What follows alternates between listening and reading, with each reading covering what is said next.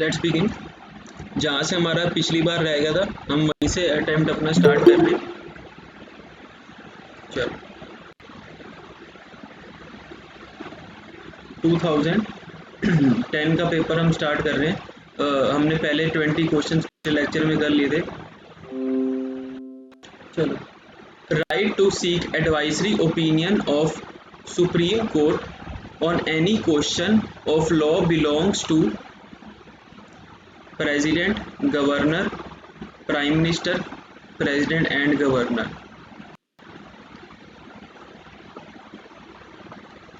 बताओ।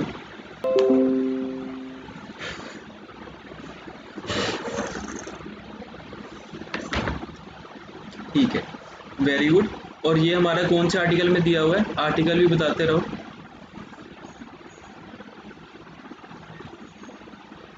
आर्टिकल भी बताते रहो। कौन से आर्टिकल में दे रखा है?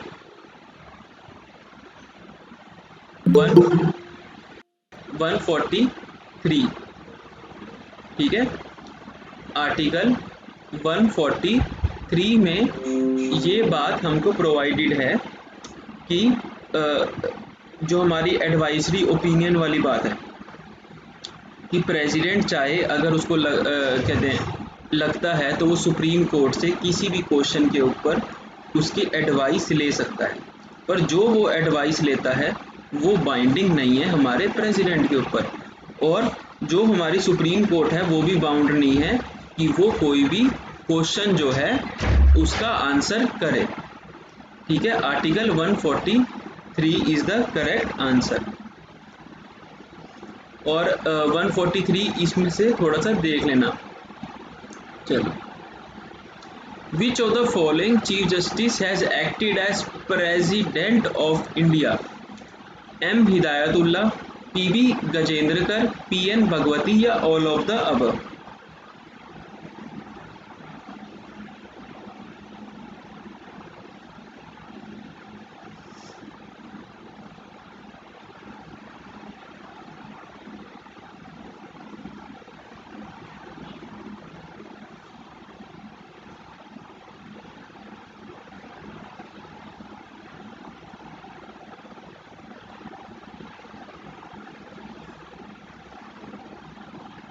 Very good both of you. ठीक है, very good all of you. जो एम हिदायतुल्ला हैं वो हमारे 11 चीफ जस्टिस ऑफ इंडिया थे, और उन्होंने हमारा क्या कहते हैं वाइस प्रेसिडेंट का पद भी संभाल रखा है, and he has also acted as the chief justice of India. ठीक है, तो उन्होंने हमारा चीफ जस्टिस का पद संभाला था 1969 20 जुलाई से लेकर 24 अगस्त। और कोई प्रेसिडेंट अगर होता है 1969, अगर हमारा कोई प्रेसिडेंट वैकेट कर दे ऑफिस या फिर वो मर गया, कुछ भी ऐसा हो गया, तो वाइस प्रेसिडेंट प्रेसिडेंट की जगह लेता है। ये बात हमेशा ध्यान रखना। और अगर वाइस प्रेसिडेंट भी ना हो, प्रेसिडेंट भी ना हो, तो हमारे चीफ जस्टिस ऑफ इंडिया जो हैं वो हमारा चीफ जस्टिस का पद संभाल लेते हैं। चलिए, an ordinance promulgated by the president has an indefinite life, 1 year, must be led before parliament when it reassembles या none of the above?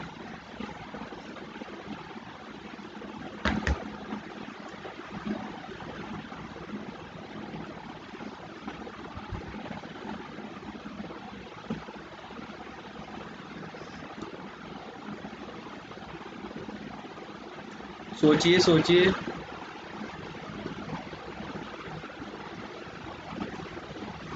Very good Himakshi and Bhanu.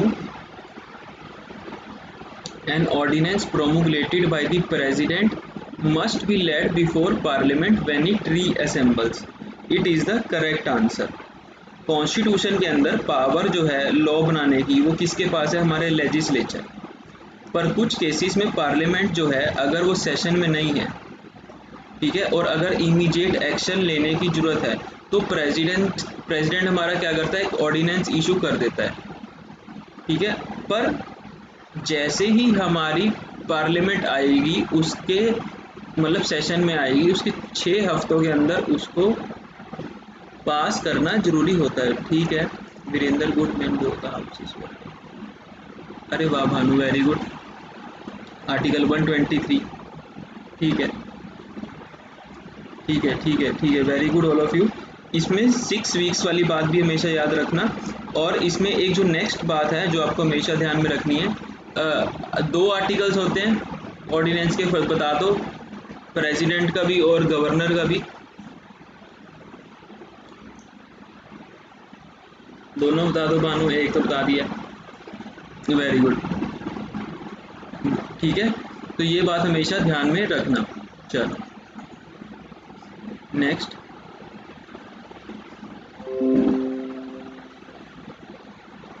To contest the election of Rajya Sabha a person shall not be less than. Rajya Sabha का election लड़ने के लिए एक person जो है उसकी as कितनी होनी चाहिए? 25 ईयर्स, 30 ईयर्स, 35 ईयर्स, 40 ईयर्स।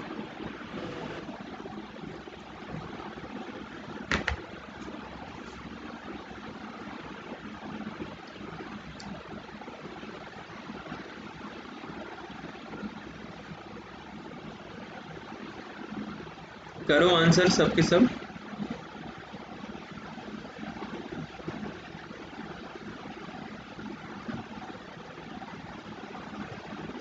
करो आंसर करो, चाहे गलत करो पर करो।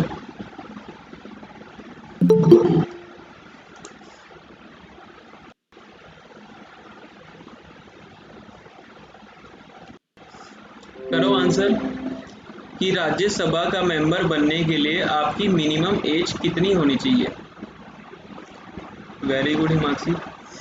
राज्यसभा का मेंबर बनने के लिए एक पर्सन की जो मिनिमम एज है वो होनी चाहिए खाली 30 साल। 30 साल का इंसान हमारा चाहे तो राज्यसभा का मेंबर बन सकता है। अब इसकी क्वालिफिकेशन क्या है? सबसे पहली बात तो सिटीज़न होना चाहिए इंडिया का।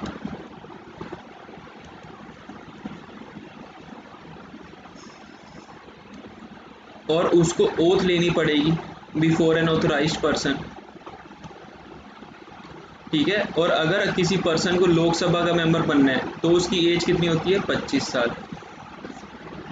राज्यसभा का बनना है 30 साल। गवर्नर प्रेसिडेंट बनना है 35 साल। कैग और भी बहुत सारी चीज़ें हैं तो 35 साल।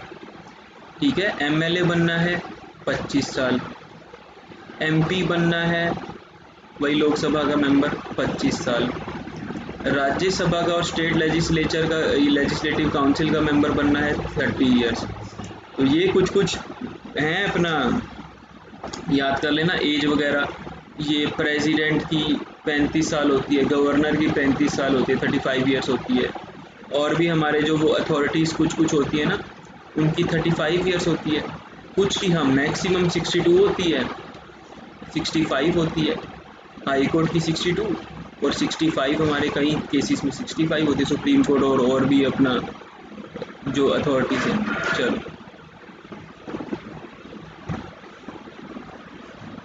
Area of Lok Sabha constituency for the purpose of general elections is determined by delimitation commission, election commission of India, census commission या president?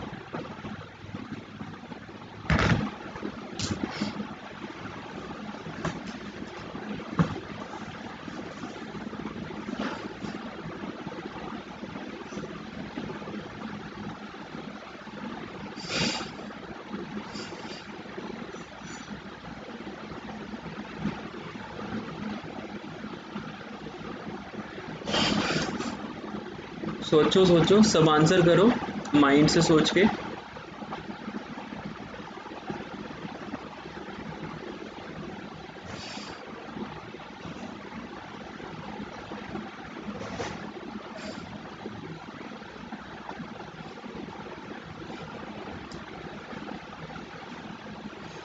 देखो, चलो सब आंसर कर रहे हैं, अभी कर लीजिए।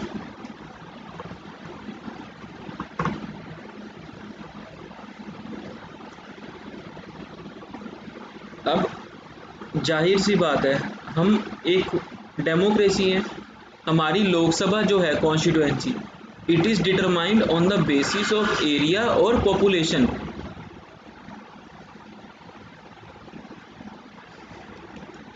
पॉपुलेशन के बेसिस पर ही हमारा जो एरिया है लोकसभा कॉन्स्टिट्यूएंसी का वो डिटरमाइन किया जाता है, ठीक है। Only upon the basis of population, population के बेसिस पर हम डिटरमाइन करते हैं।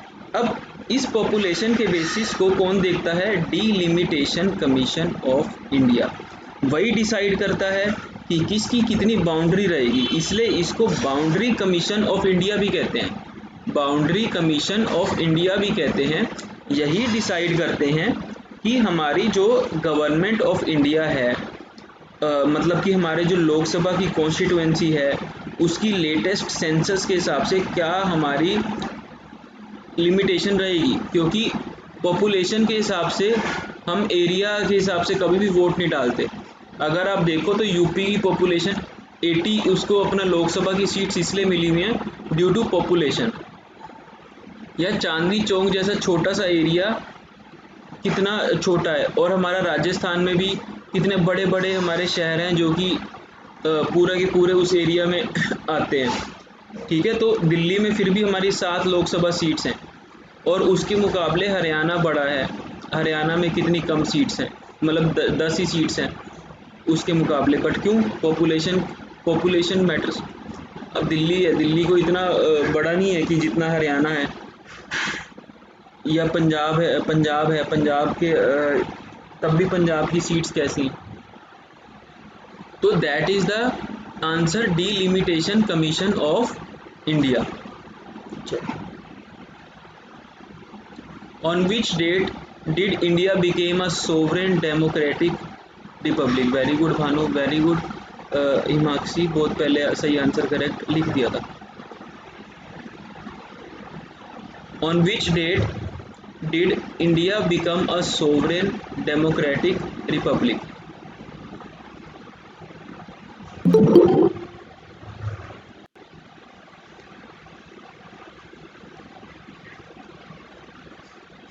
बताओ किस दिन इंडिया जो है सोवरेन डेमोक्रेटिक और रिपब्लिक बना था? सोचो आंसर।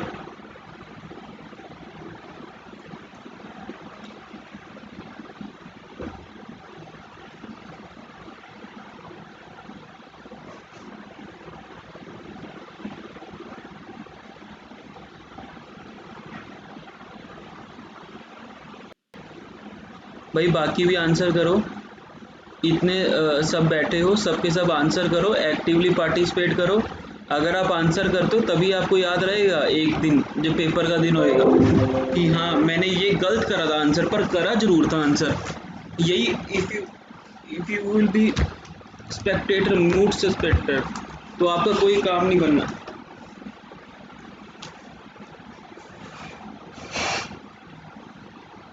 अगर आप मूड स्पेक्टेटर बन के बैठ रहोगे आपका कोई काम नहीं बनना, मैं अभी बता रहा हूँ। इंडिया जो है 26 जनवरी 1950 को क्या बना था? सोवरेन डेमोक्रेटिक और रिपब्लिक, ठीक है। 26 जनवरी पर हमने जो है एडॉप्ट कब करा था? 26 नवंबर 1949, ठीक है, जिसको हम कॉन्स्टिट्यूशन डे भी कहते हैं। चलो हाँ, very good all of you, और बिल्कुल सही आंसर दे रहे हो सबके सब, अच्छी बात है। चलो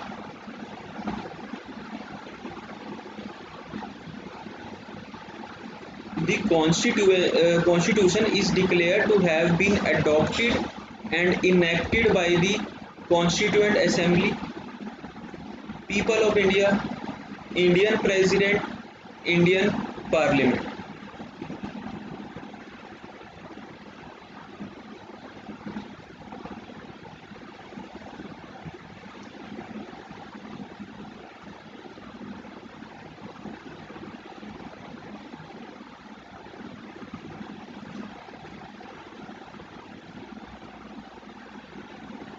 करो सबके सब आंसर करो।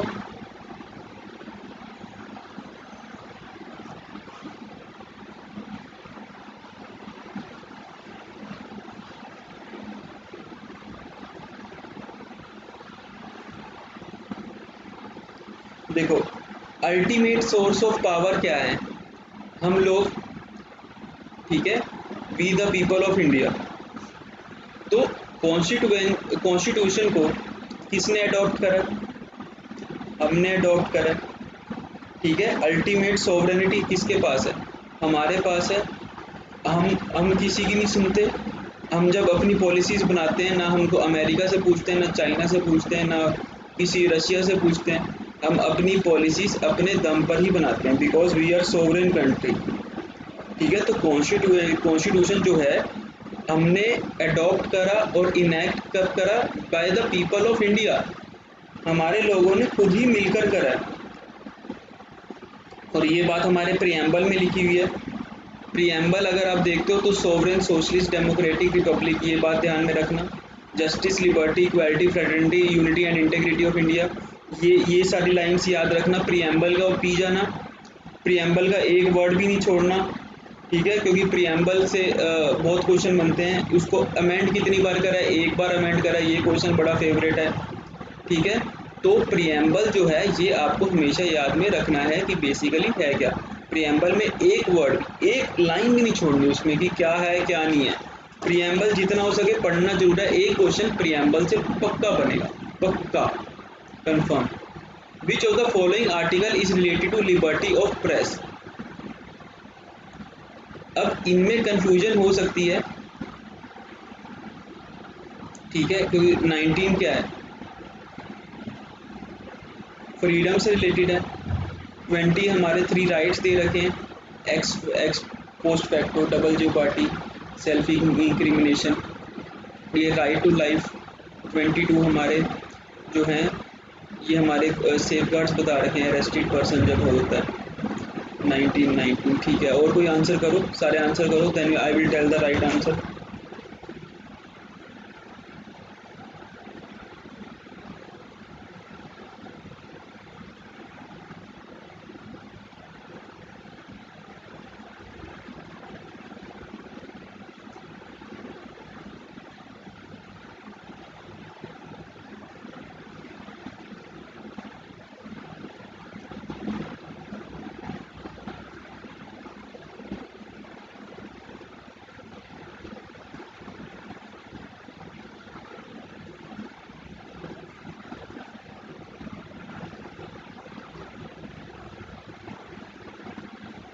देखिए, अब प्रेस, सबसे पहली बात है कि जो प्रेस है बेसिकली वो किस उसमें आएगा। अब प्रेस हमारा एक्सप्रेसली तो कहीं प्रोवाइडेड है, फ्रीडम ऑफ प्रेस। एक केस का नाम नोट कर लो, Ramesh Thapar, Ramesh Thapar versus state of Madras. इसमें हमारी सुप्रीम कोर्ट ने एक्सप्रेस किया था कि ऐसा कोई डाउट नहीं है कि फ्रीडम ऑफ स्पीच है या फिर एक्सप्रेशन है, वो हमारा मेंशन्ड है, ठीक है, वो हमारा फ्रीडम में ही इंक्लूड होएगा। मतलब आर्टिकल 19 में हम उसको डालेंगे। अगर हम लिबर्टी से सारे के सारे हमारे जो सर्कुलेट कर सकते हैं इंफॉर्मेशन, हमारी जो मीडिया की रिपोर्ट्स हैं, तब जाकर ही तो हमारे पास ये फ्रीडम होएगा, ठीक है। तो जो फ्रीडम ऑफ सर्कुलेशन जो है इन्वॉल्व्स फ्रीडम ऑफ कम्युनिकेशन, ठीक है, जहाँ पर कोई सेंसरशिप ना हो। तो हाँ, ये भी सही कह रहे हो भानु, तो कोई सेंसरशिप नहीं होनी चाहिए। हाँ, फ्रीडम हमारे पास तभी होएगा जब कोई सेंसर, रोक ना लगी हो। अगर हम कुछ भी बोलना चाहती है हमारी प्रेस, आजकल प्रेस के ऊपर थोड़ा बहुत रिस्ट्रेंट है। जैसे इंदिरा गांधी के टाइम पे था ना, इंदिरा गांधी के टाइम पर भी बहुत ज़्यादा रिस्ट्रेंट था, आज भी है, उतना तो नहीं है, पर तब भी बहुत ज़्यादा है। फ्रीडम ऑफ प्रेस हमारा डाउन पे डाउन जा रहा है, बिकॉज एक क्रिटिसिज्म तो होएगा ही हर सरकार का, ठीक है। और इसके ऊपर एक आर्टिकल भी लिखना बनता है, जो पढ़ते हैं मेरे से वो आर्टिकल लिख के ला, फ्रीडम ऑफ प्रेस के ऊपर। और ये जो है फ्रीडम ऑफ प्रेस बहुत इंपॉर्टेंट है, और फ्रीडम ऑफ प्रेस हमारे 19 में इम्प्लिसिट है, ठीक है। अगर आपको मैं सचमुच कह रहा हूँ, जो फ्रीडम ऑफ प्रेस है, ये क्वेश्चन बहुत बार आ चुका है कि कौन से आर्टिकल में आएगा। 19 में ये आएगा, और ये कवर्ड होता है freedom of speech and expression, मतलब आर्टिकल 19(1)(a), इसमें ये कवर्ड है, हमेशा ध्यान में रखना ये बात। चलो, who can impose reasonable restrictions on the fundamental rights, हमारे फंडामेंटल राइट्स पर रीजनेबल रिस्ट्रिक्शंस कौन लगा सकता है? सुप्रीम कोर्ट, पार्लियामेंट, प्रेसिडेंट या नन ऑफ दीज? सोच के बताना, सब आंसर करो।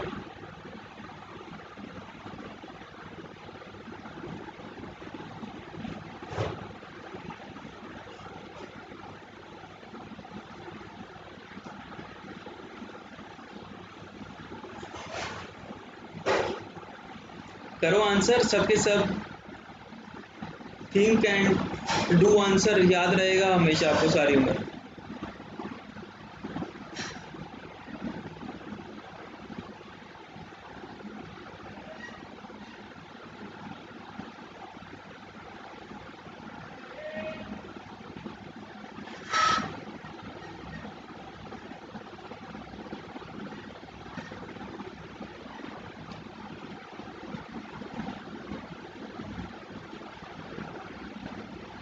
सोचो सोचो, think and then speak.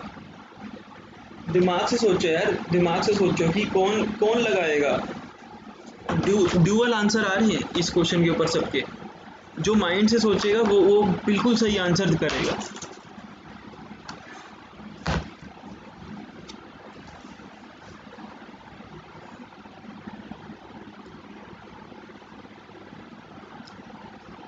B, Deepak, B answer क्यों होना चाहिए? वैसे ही बता दो, क्या रीजनिंग क्या रखते हो इस बात के पीछे?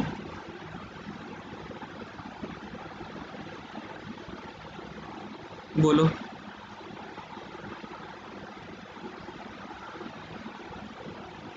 अरे बोलो, इंटरव्यू की तैयारी नहीं करनी, बोलो सबके बीच में। क्या रीजनिंग क्या रखते हो? कोई और जो बोलना चाहता है, क्या रीजनिंग रखता है अपने आंसर के पीछे? सुप्रीम कोर्ट या पार्लियामेंट, दो आंसर आ रहे हैं ना मेरे पास। रीजनिंग बताओ। बोलो दीपक, बोल रहे थे।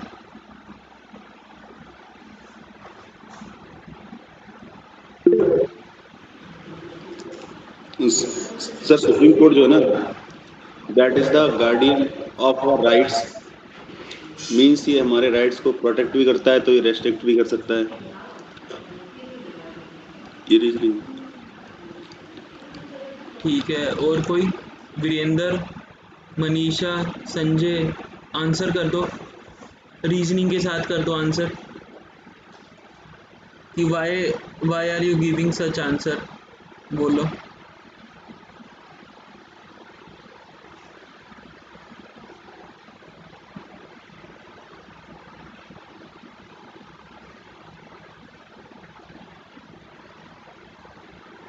Nobody has the answers.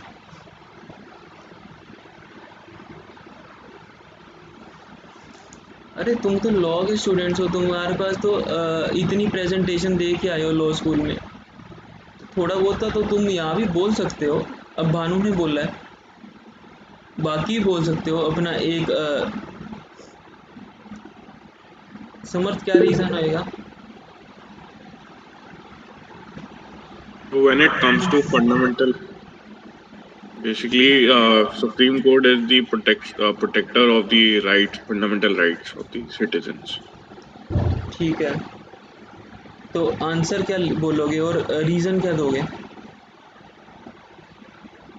So, Supreme Court has the power basically to impose restrictions when it comes to regarding the fundamental rights.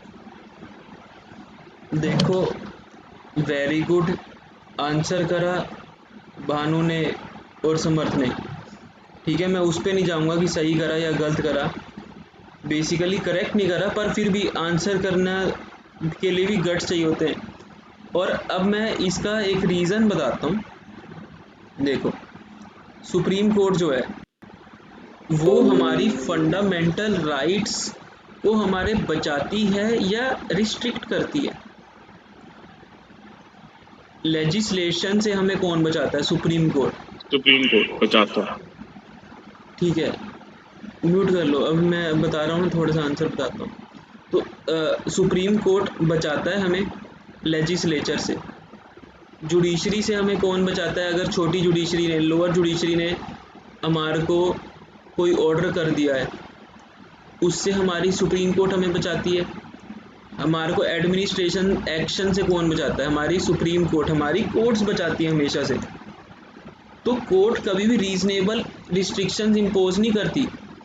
अगर हमारे ऊपर एमरजेंसी लग जाती है, इफ़ हमारे ऊपर अगर एमरजेंसी लग जाती है, तो हमको कौन कौन बचाएगा?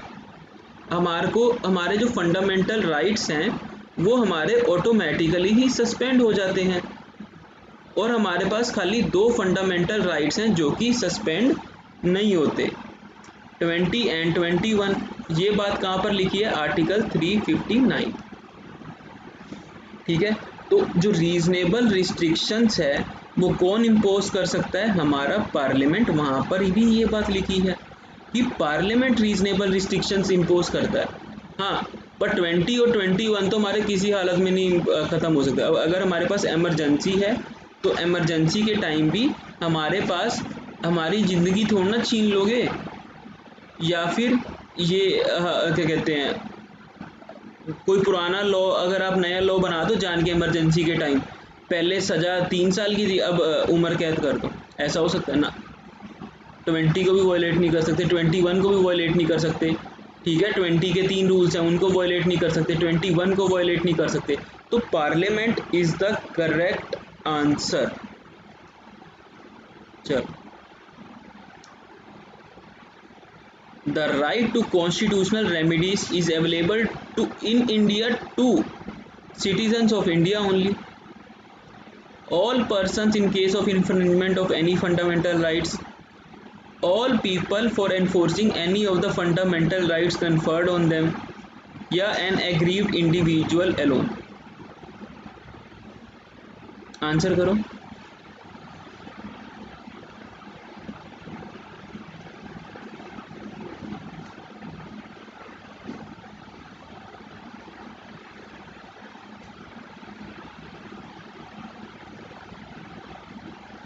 ध्यान से सोचो इसका आंसर क्या होएगा। अच्छा क्वेश्चन है, दिमाग वाला क्वेश्चन है। जो राइट है कॉन्स्टिट्यूशनल रेमिडीज़ का, वो किसको अवेलेबल है? क्या हमारे सिटीजन्स को अवेलेबल है खाली, या सारे पर्सन्स को अवेलेबल है अगर उनका इन्फ्रिंजमेंट होता है फंडामेंटल राइट्स, या ऑल पीपल के पास है for enforcing any fundamental rights conferred on them, या an aggrieved individual alone? Virendra answer करो, मनीषा आंसर करो, लिखो आंसर।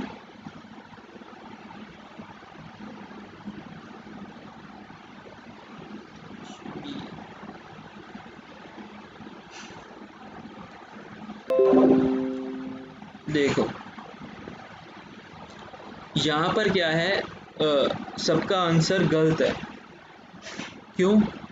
सबसे पहली बात, आप अगर ए कर रहे हो सिटीजन्स ऑफ इंडिया ओनली, अगर क्या कोई फॉरेनर आएगा उसके पास राइट टू लाइफ है या नहीं है?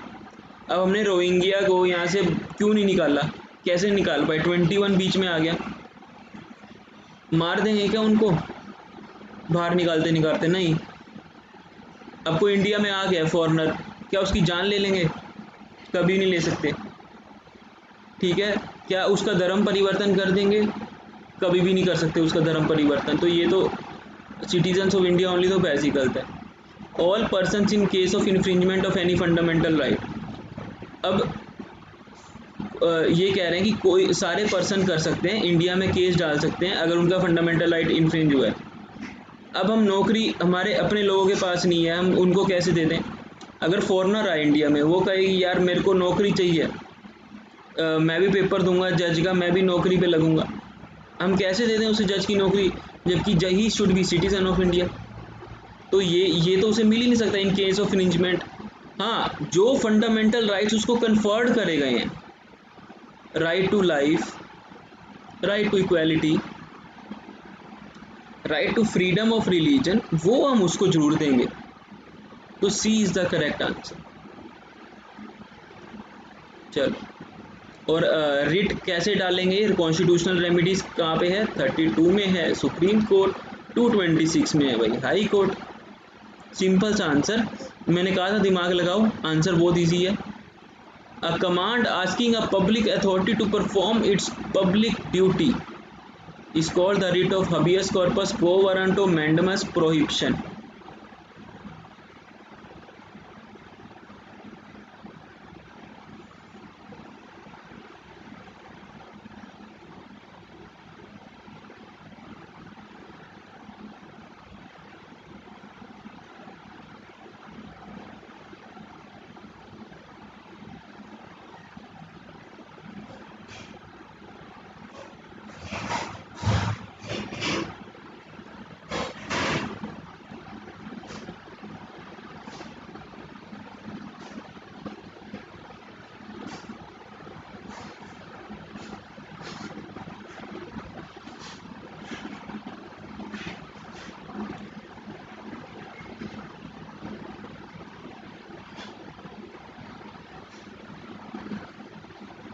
Mandamus is the correct answer. ठीक है, अब मैंडमस का पर्पस क्या होता है? मैंडमस का पर्पस होता है कि सामने वाले को कंपेल करना कि वो अपनी जो पब्लिक ड्यूटी है वो परफॉर्म करे। ठीक है, अगर वो कहीं लगा हुआ है, एडमिनिस्ट्रेटिव ड्यूटी है उसके पास, वो अपनी ड्यूटी को परफॉर्म करे। ठीक है, तो mandamus is the correct answer. Mandamus का मतलब ही क्या होता है? कमांड। ठीक है, अगर मान लो कोई यूनिवर्सिटी है, वो अपनी ड्यूटी पूरी नहीं कर रही, पब्लिक ड्यूटी है यूनिवर्सिटी की अपने काम पूरे करना, तो हम अपना मैंडमस की रिट लगवा सकते हैं उसके ऊपर। ठीक है, तो mandamus is the correct answer. चलो, and another name of mercy killing is, mercy killing का दूसरा नाम क्या होता है? Final exist, euthanasia, Murphy's death, या none of this? Mercy killing,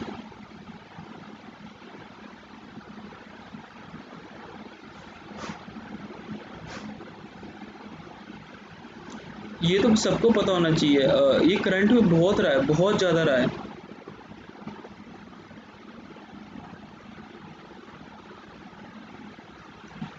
मैंने अपनी क्लास में इसको बहुत ज़्यादा डेप्थ में डिस्कस भी करा रखा है, जब मैं रीसेंट जजमेंट्स बताता हूँ कि रीसेंट हमारा लॉ से रिलेटेड क्या पढ़ रहा है, क्या चल रहा है, तो वहाँ पे मैंने इसे बहुत डिस्कस कराया है। मर्सी किलिंग का दूसरा नाम क्या है?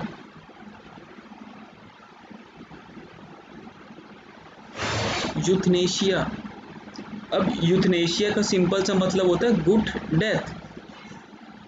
ये एक ग्रीक वर्ड है, ग्रीक वर्ड है जिसका सिंपल सा मतलब है गुड डेथ। ठीक है, और ये जो है, इसमें हम क्या करते हैं कि हम किसी पर्सन को पेनलेसली मारने की कोशिश करते हैं। ठीक है, कि उसे दर्द ना हो। और अगर मान लो कोई ना, इस पे केस आया हुआ है, हमारा 2018 में केस आया था कि common cause registered society versus union of India 2018, उनमें कहा था कि अगर कोई पर्सन जो है वो एक वेजिटेटिव स्टेट्स में है, वेजिटेटिव मतलब कि हिल डुल नहीं सकता, कोमा में है, तो हम क्या करेंगे? उसका लाइफ सपोर्ट सिस्टम को ही हटा देंगे। That is known as mercy killing. इसमें फिजिशियन जो है, अगर मान लो वो डिसाइड करता है कि अगर पेशेंट जो है वो ज़िंदा नहीं रह पाएगा ज़्यादा टाइम तक, ठीक है, और वो काफ़ी टाइम से पड़ा हुआ है, और उसको हम क्या करते हैं? उसको हम एक इंजेक्शन लगा देते हैं, या फिर उसका लाइफ सपोर्टिंग सिस्टम ही हटा देते हैं, सिंपल भाषा में। और वो आराम से ही फिर वो एक आसानी की मौत मर जाता है। क्योंकि हम कई बार कहते हैं ना कि यार इससे अच्छा मर ही जाता तो बढ़िया होता, इतने इतने साल हो जाते हैं, इतने इतने महीने हो जाते हैं, वहाँ खर्चा इतना होता है, फैमिली भी नहीं पैसे दे पाती, सारा कुछ बिक जाता है। चल, तो हमारा वो भी हमको अगर पैसिव यूथनेशिया भी करना है, वो भी कोर्ट से पूछ के करना पड़ता है। इस वक्त यूथनेशिया जो है इंडिया में अलाउड नहीं है। ठीक है, अरुणा शैम्बोग वाला केस भी लग सकता है, वहाँ पर 2011 वाला ये केस है, ये मैं बताता, अभी ना मेरे पास टाइम नहीं है। अरुणा शैम्बोग, ये हमारी जो डेवलपमेंट है, ये मारुति शिंदे वाले केस से दुग्गल वाले केस से लेकर ज्ञान कौर, पी रति नाम था उससे पहले, और भी इसमें बहुत सारे केसेस हैं। और इवन नवतेज सिंह जोहार में भी डी वाई चंद्रचूड़ ने कहा था मेंटल हेल्थ केयर, वो मैंने ना एक डिटेल में डिस्कस कराया है क्लास में अपनी, जो मैं पढ़ाता हूँ यहाँ पर। हाँ ठीक है, अच्छी बात है, यू नो, वेरी गुड, ये वाला केस भी आ सकता है इसमें। चलो, every person who is arrested और detained is required to be produced before the nearest magistrate within 24 hours, 48 hours, 72 hours, none of these.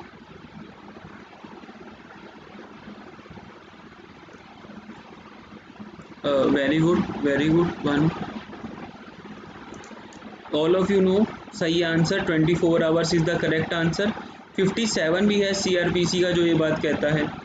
Article 22 clause 2 भी यही बात कहता है, ठीक है, कि जब भी हम किसी पर्सन को अरेस्ट करते हैं उसको कहाँ पर लेके जाओगे, नियरेस्ट मैजिस्ट्रेट के पास। 76 में भी ये बात लिखी हुई है, 167 में भी ये बात लिखी हुई है।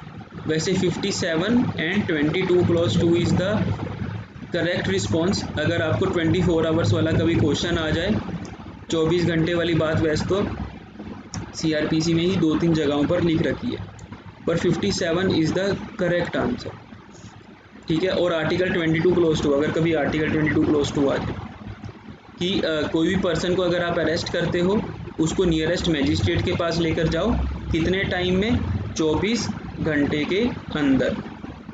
चलो, ownership and possession are same, similar, different, identical. Ownership and possession क्या है, सेम है, सिमिलर है, डिफरेंट है या आइडेंटिकल?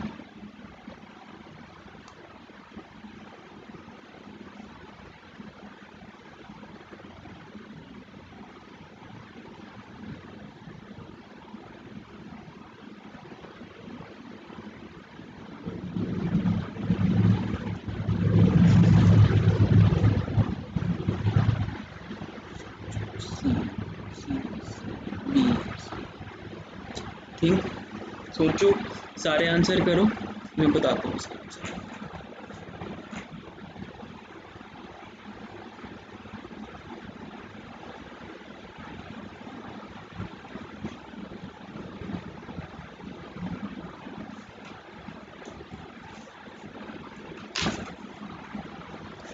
देखो, ओनरशिप क्या होती है,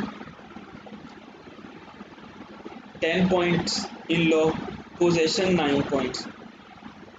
अगर आप किसी चीज़ के खाली कब्जे में हो, सब काम कर सकते हो, उसको इंजॉय भी करोगे, ठीक है, उस पर रहोगे भी, सब कुछ कर सकते हो, सिर्फ एक काम नहीं कर सकते, उसको बेच नहीं सकते, एलियनेशन का राइट आपके पास नहीं, वो खाली ओनर के पास होता है, ठीक है।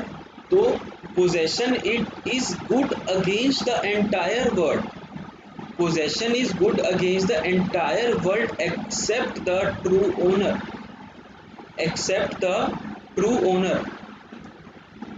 एंड आप इसको कभी भी बेच नहीं सकते अगर आप पोजेशन में।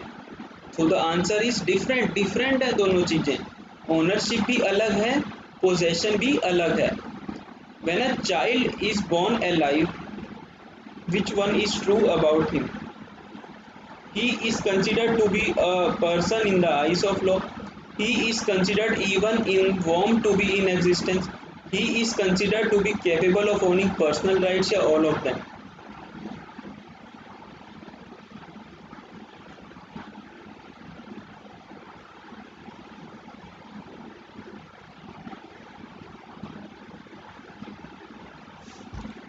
डी, ए, डी। आंसर करो सबके सब। जब कोई बच्चा पैदा होता है, क्या वो लॉ की नज़रों में कुछ होता है, या वो अपनी माँ के पेट में ही कुछ होता है, या उसके पास पर्सनल राइट्स हैं, या ऑल ऑफ द अबव?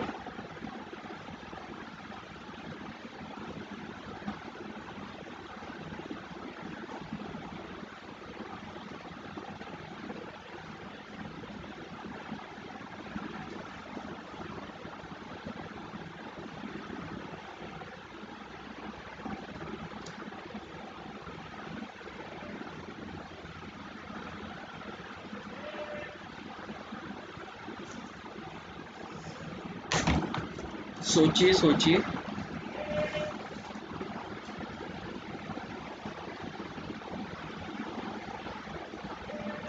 देखो, अगर कोई बच्चा है वो सही पैदा होता है, मतलब जिंदा पैदा हुआ है, he is consider to be a person in the eyes of law.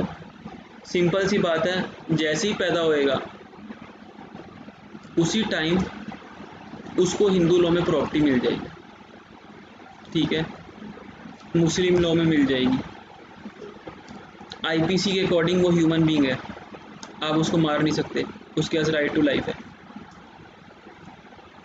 Warm में, अगर वो वॉम के अंदर है, पेट के अंदर है अपनी माँ के, तब भी हम उसको उसका शेयर रख देते हैं मिताक्षरा लॉ के अंदर।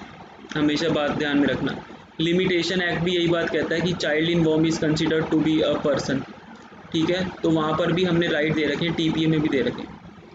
और जब वो पैदा सही बाहर हुआ, he is considered to be owning a personal right, वो जैसे ही पैदा हुआ उसको हम पर्सनल राइट्स उसके आ जाएंगे।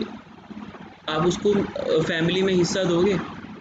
अगर मान लो उसके भाई बड़े भी हैं, उससे 20-20 साल बड़े हैं, वो पैदा होते ही उनका फैमिली का शेयर ले लेगा उनसे।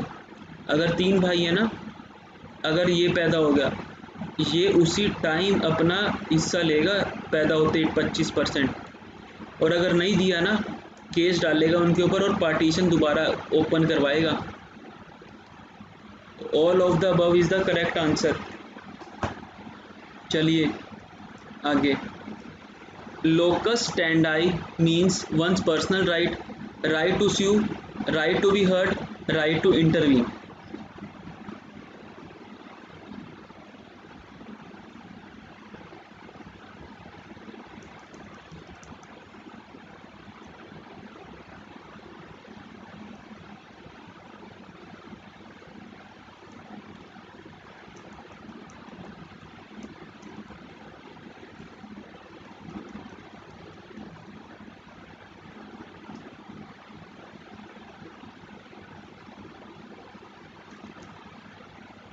Correct answer is right to intervene. ये जो राइट होता है या फिर कैपेसिटी होती है लिटिगेंट की, क्या होती है कि वो एक्शन ले सके कोर्ट में और अपीयर इन कोर्ट, ठीक है। जनरल रूल क्या है, खाली वही पर्सन ही कोर्ट में आ सकता है क्या कहते हैं, जो कि एग्रीव्ड है, खाली वही कोर्ट में केस फाइल कर सकता है। पर PIL जो हैं इसकी एक्सेप्शंस हैं, PIL इज एक्सेप्शन, ठीक है। A contract is an agreement enforceable by law, a set of promise, an agreement not enforceable by law, a promise to do something और एब्सटेन फ्रॉम डूइंग समथिंग।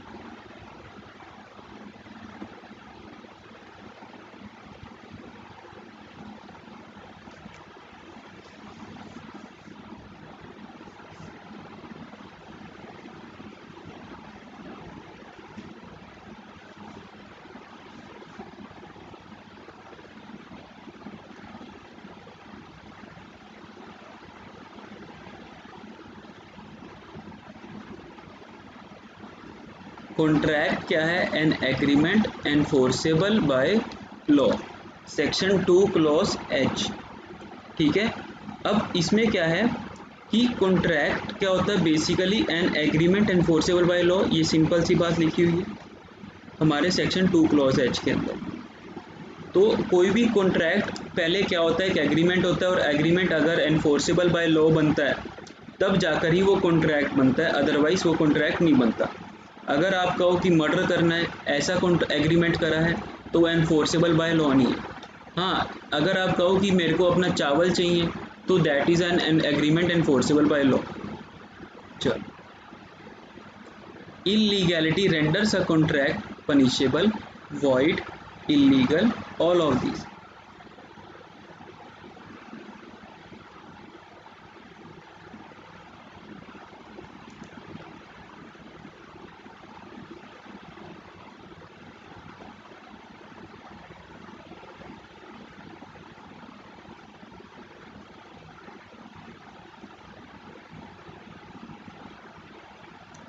देखो simple सी बात है, अगर हमने contract करा, एक कॉन्ट्रैक्ट करा कि जुआ खेलेंगे, we will gamble, and gamble से जो भी पैसा मिलेगा, जुआ खेलने से जो भी पैसा मिलेगा या तो तू मेरे को दियो या मैं तेरे को दूंगा, ऐसा कोई ए और बी ने कॉन्ट्रैक्ट करा, ठीक है।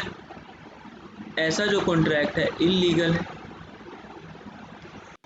ठीक है। या स्मगलिंग का सामान मिलेगा और पैसे मैं तेरे को ड्रग्स दूंगा, ए कहता है बी को, और बी कहता है कि बदले में मैं तेरे को पैसे दूंगा, तो ऐसा कोई भी जो कॉन्ट्रैक्ट है इलीगल है। और क्या इसके पैसे आप रिकवर कर सकते हो?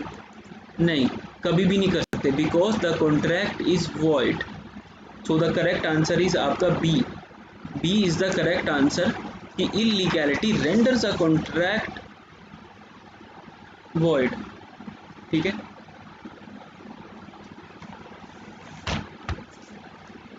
Total number of Lok Sabha seats for Haryana is 13, 15, 20 या none of these?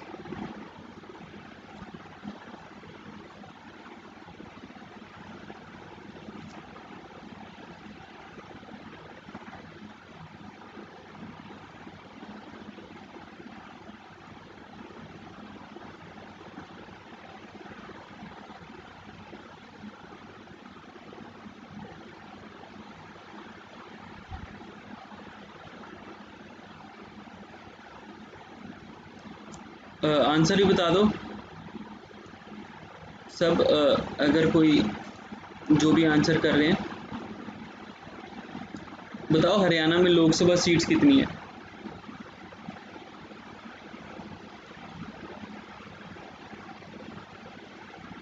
Very good, 10 Lok Sabha seats हैं हमारे हरियाणा के अंदर, ठीक है।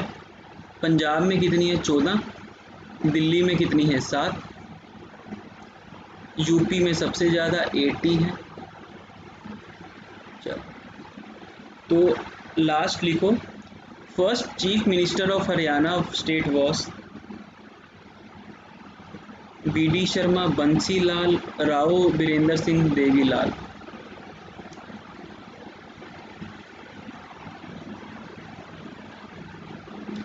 देवीलाल फेमस था, वो था नहीं, फर्स्ट नहीं था, इनेलो से था, INLD। सही आंसर बी.डी. शर्मा इसका, ठीक है। होप यू गाइस आपको समझ आया होगा आज का सेशन क्या था। अगर आपको पर्सनल कोचिंग लेनी है तो आप मेरे को बता सकते हो, मेरे अपने पर्सनल बैच भी चल रहे हैं। कुछ समझ नहीं आया आज तो मैं रुका हूँ, आप मेरे से पूछ सकते हो। वेलकम मनीषा।